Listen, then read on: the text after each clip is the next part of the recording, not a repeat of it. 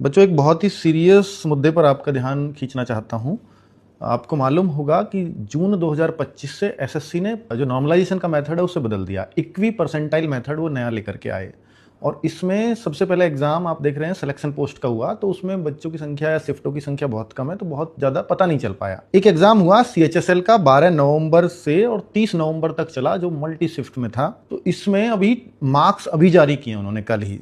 तो उसमें जो अब देखने को मिला है कि बहुत सारे, और अब हर एग्जाम में यही मेथड लगेगा जहां मल्टी शिफ्ट होंगी।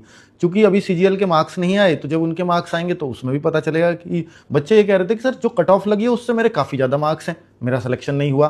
तो फिर ये बच्चे मार्क्स का बहुत इंतजार कर रहे थे। तो भाई 146.5 वाला बच्चा था 20 नवंबर की सेकेंड शिफ्ट में, 117.6 रह गए। तो देखो ना, करीब 30 नंबर इस बच्चे के घट गए।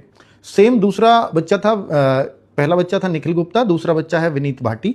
ये भी 20 नवंबर की सेकंड शिफ्ट में था। इसके 143.5 मार्क्स थे और 113.42 रह गए। तो ये लगभग ये भी 30 नंबर डाउन गया। एक उमंग कुमार एक बच्चा है, 12 नवंबर की सेकंड शिफ्ट, यानी जिस दिन पेपर शुरू हुआ है उसी दिन। तो आप ये सोचते हैं ना, उस दिन तो बढ़ते ही है मार्क्स। इसके 130 मार्क्स थे रॉ मार्क्स, ये लिखा है रिजल्ट में, 130 रॉ मार्क्स थे और 114.60 हो गए नॉर्मलाइजेशन के साथ। तो 16 नंबर तो इसके भी घट गए। तो भाई अब 10 अप्रैल का इनका टीयर 2 तो है, पर इन बच्चों का से अब ये लग रहा है, क्योंकि दिल्ली पुलिस में भी इक्वी परसेंटाइल मेथड लगेगा और दिल्ली पुलिस कांस्टेबल की तो बहुत सारी शिफ्ट हुई थी। तो ऐसा भी हो सकता है कि बहुत सारे बच्चों के बहुत बहुत नंबर भी डाउन हो, क्योंकि अगर ये मेथड रहा तो ये गड़बड़ होगी। हालांकि जब नंबर डाउन होते हैं तो फिर अप भी होते हैं दूसरी साइड, तो फिर जो कट ऑफ है, चूंकि प्लस माइनस का लग रहा है, तो फिर उतना उछाल नहीं लेती जितना एक्चुअल में पहले लेती थी। तो शायद वो थोड़ा सा मिड में आकर के रुके।